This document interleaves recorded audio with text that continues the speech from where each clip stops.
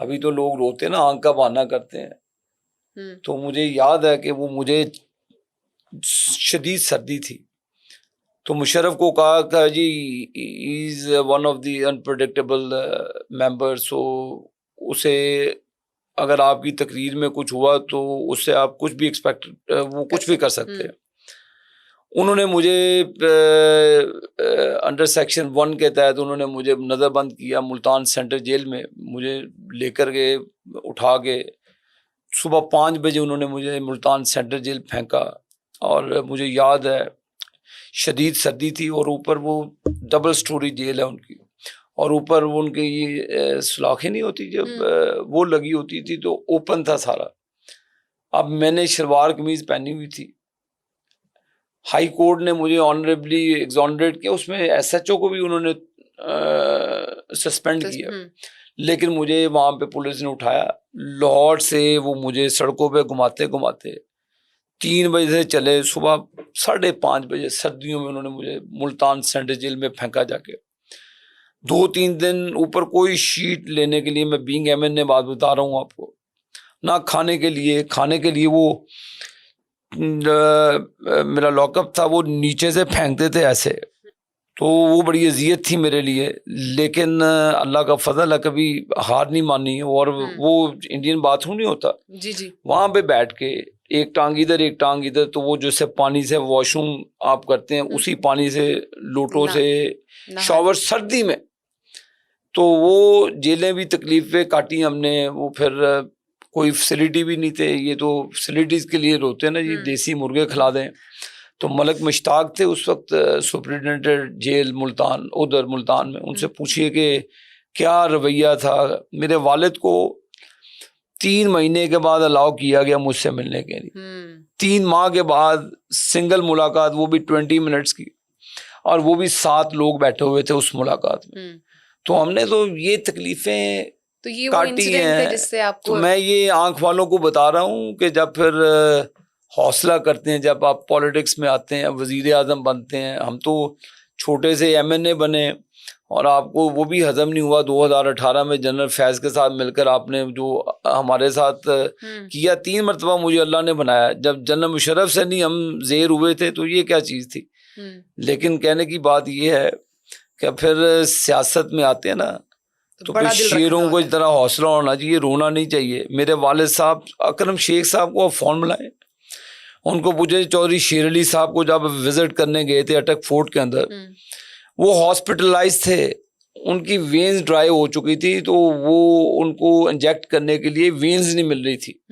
जो भी हुआ गलत हुआ। हम ये बात करते हैं कि सियासी इंतकाम की सियासत वैसे भी नहीं करनी चाहिए, और हमने देखा जब कुलसूम नवाज साहिबा हॉस्पिटल में थी तो उनकी तबीयत ख़राबी का मजाक उड़ाया गया, मौक किया गया, हम उसको भी गलत कहते हैं। लेकिन आज अगर इमरान खान साहब को आंख का मसला है जनरली, तो आपको नहीं लगता कि आपको वो रवैया इख्तियार नहीं करना चाहिए जो उन्होंने आपके लिए किया? मान के देखें, आंख वो आप चाहते हैं आप जैसी नजर हो विदाउट ग्लासेस, मैं वैसे बता रहा हूँ, इस एज में मसले आ जाते हैं, उनको ट्रीटमेंट जो भी उनको रिक्वायर्ड है होनी चाहिए, उस पर मैं किसी किस्म की रुकावट नहीं होनी चाहिए, और गवर्नमेंट उसको पूरा लुक आफ्टर कर रही है, उनकी मंशा के मुताबिक ट्रीटमेंट हो रही है। तो उनको 12 उसको चेकअप के लिए लेकर गया गया है। तो मेरे वालिद साहब को तो हार्ट अटैक हुआ था बड़ा सीरियस किस्म का, तो हमने तो वो ज़माने देखे जेल के, तो ये होता तो शायद ये उस दौर की बात बता रहा हूँ, ये जब जंग जेल से 5 दिनों में इसकी चीखें निकली थी, तो मैं उस दौर की बात कर रहा हूँ कि तकलीफें काटनी पड़ती हैं। तो बीमारी का मजाक हम नहीं उड़ाते। जब मैं एग्जाइल में गया, मेरी वालदा फौत हुई, मेरी जिंदगी का सबसे दुखी दिन था वो। जब मैं एग्जाइल में था मेरी वाइफ फौत हो गई, मुझे उसका फ्यूनरल अटेंड नहीं करने दिया गया। बड़ी बड़ी मैंने पॉलिटिकल कॉस्ट पे की है, जिसको मैं कभी ज़िंदगी में रोज़ ही उसको चीज़ को कुरेदता हूँ, याद करता हूँ कि सियासत की नज़र बहुत सी चीज़ें आपको सेक्रीफाइस करनी पड़ती हैं। इस इंसिडेंट ने आपको ज़ाती तौर पर कैसे बदला? मुझे मेरी वाइफ अच्छी भली थी, कुछ ऐसा इशू नहीं था। सुबह कॉल आती है कि शी इज़ नो मोर, तो मेरे लिए वो क़यामत की घड़ी से कम नहीं थी। मेरी 4 बेटियां बेचारी पाकिस्तान में थी, एक 3.5 साल की बेटी थी मेरी, क़यामत थी मेरे लिए। मैंने अपना कोविड टेस्ट कराया, टिकट ली, नवाज शरीफ साहब मेरे घर पे तशरीफ़ लाए, उनकी बड़ी मेहरबानी है, उन्होंने मेरा बहुत ख्याल रखा मुश्किल तरीन वक्त में, मुझे बहुत लुक आफ्टर किया। तो फिर शहबाज शरीफ साहब से रब्ता हुआ, जो अथॉरिटीज़ थी, उन्होंने कहा he don't let him come back, तो उसको शायद फ्यूनरल भी अटेंड ना करने दिया जाए। तो फिर उन्होंने कहा जी कि बेटियां सफ़र करेंगी, वो बेचारी खुद ही बड़ी पेन में है, तो ये फिर तकलीफ़ें होती हैं। तो ये तकलीफ़ों के पहाड़ हमने देखे हुए हैं। तो ये हमसे कोई पूछे आके ना, तो यही वज़ीर आज़म थे उस वक्त इमरान खान, जब हमारे जनाजे पड़े हुए थे, हम उनको कंधा नहीं दे सके, माँ की कब्र की मट्टी गीली थी, एग्जाइल में जाना पड़ गया। तो ये चीज़ें फिर रोज़ ही दिन में कई मरतबा ऐसा स्पैन आता है कि बहुत तकलीफ़ होती है इन चीज़ों को याद करके। तो लेकिन अल्लाह ने बड़ा हौसला दिया, अल्लाह की मेहरबानी है। तो सियासत की चीज़ें जो नज़र होती हैं, तो इनको फिर सीखना भी चाहिए। हेलीकॉप्टरों में, जहाज़ों में, वज़ारत उज़्मा में, दुनिया में सैर घूमना, फिर उसके बाद आपने वो जो माले गनीमत बेचा, उसके बाद जो उसकी रकम कमाई, और भी बड़े मामला है। तो ऐसे थोड़ी होता है। देखते हैं इमरान खान साहब का मुस्तकबिल, बिकॉज हर कुछ दिनों बाद डील की बातें उठती हैं, तो कौन डील करने के लिए तैयार नहीं है? इमरान खान साहब? मैं आपको बताऊं मारिया, ये एक टैक्टर्स होते हैं, तो वो क्रिकेटर भी रहा है, उसको पता है कि कैसे ट्रिगर करते हैं चीज़ों को। उसकी अपनी विश होगी, उसकी फैमिली की विश होगी, तो वो एक चीज़ को मूव करते हैं कि उसका फिर रिएक्शन चेक करते हैं कि क्या आता है पब्लिकली, और मीडिया की भी, और हर तरफ से वो प्ले करते हैं। तो उनका काम प्ले करना, उसमें फिर वो इन्वॉल्व करते हैं, अदारों को खुद ही पकारते हैं। तो जब नहीं सुनते तो वो कहते हैं हम बात नहीं कर सकते किसी से। लिहाजा मैं समझता हूँ कि जो उन्होंने जुल्म ढाए हैं, उसकी ये अल्लाह की पकड़ है। वो उनको विक्टिमाइज नहीं किया जा रहा, ना ही हम करते हैं।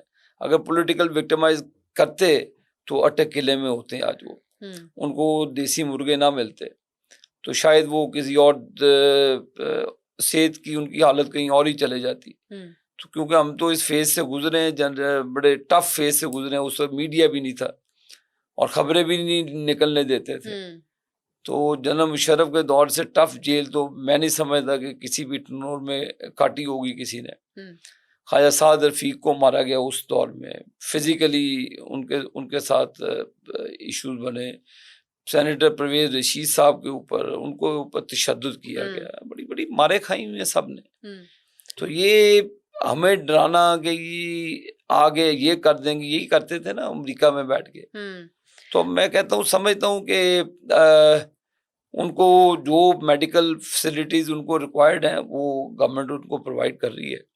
तो बाकी जो फैसले कोर्ट्स करेंगी उसके मुताबिक ही अमल। अच्छा, आपने वजारतों की बात की, अयाशी की बात की, मरीम नवाज साहिबा ने जो अरबों का जेट लिया, आप उसे कैसे देखते हैं?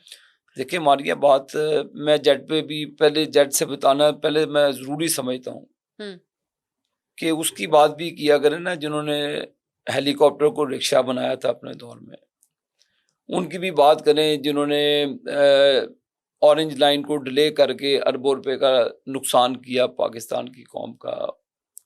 तो उस जस्टिस साकिब निसार से तो कोई भी नहीं पूछता भी आपने क्या किया। ये it is a property of the government. अब एक तैयारा 25 साल पुराना है, उसकी रिप्लेसमेंट में कोई कबाहत नहीं है। ये कौन सा कोई बहुत ही ज़्यादा महंगा है। बात ये है कि मरीम नवाज साहबा ने पंजाब को बदल के रख दिया। सुथरा पंजाब से ले लें, हेल्थ को ले लें, ट्रांसपोर्टेशन को ले लें, आप जिस सेक्टर में भी जाएं डेवलपमेंट हो रही है।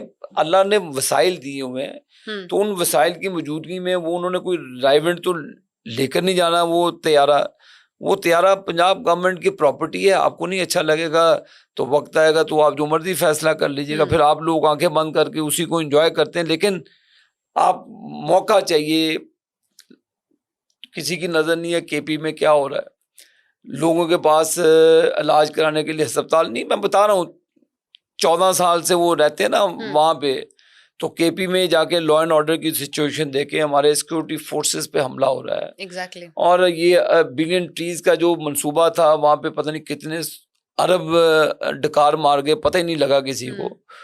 तो और भी इस तरह की बेशुमार चीज़ें हैं। तो वो त्यारे को लेकर मैं आजकल देखता हूँ, मैं हंसता भी हूँ कि त्यारा ना हो गया, पाक इंडिया की जंग होगी यार। और ये पेड लोग कुछ लगे होते हैं, मैं देखता हूँ पीटीआई के ट्रोल और वो जो जिस तरह की बेहुदा पिक्चर्स अपलोड करते हैं, तो उनसे पूछे कि अगर हम उनकी माओ बहनों की बेटियों की इस तरह की पिक्चरें अपलोड करें तो उनको कैसा लगेगा। क्योंकि जिनमें शर्मो हया होती है तो वो ऐसा काम नहीं करते। तो मरियम नवाज शरीफ साहबा ने जो भी काम किया कानूनी तौर पे किया, अगर उनको सूबे के वसाइल इजाज़त देते हैं तो उसकी रिप्लेसमेंट में कोई बुराई नहीं है। देखें पुरानी बसें चेंज करके इलेक्ट्रिक बसें चलाई। जो तनकीद करने वाले हैं ना, उनको चीज़ें सोने की भी बना के देते। मोटरवे पे भी जाते हैं ना तो तनकीद करते थे बड़ी मोटरवे पे कि जी इंफ्रास्ट्रक्चर बनाने से कौन से मुल्क चलते हैं, तो सैरे भी करते हैं उस मोटरवे पे। नवाज शरीफ के उस तोहफे को जो क्रिटिसाइज किया गया उस दौर में, सारी आज पूरा पाकिस्तान लिंक कर दिया है।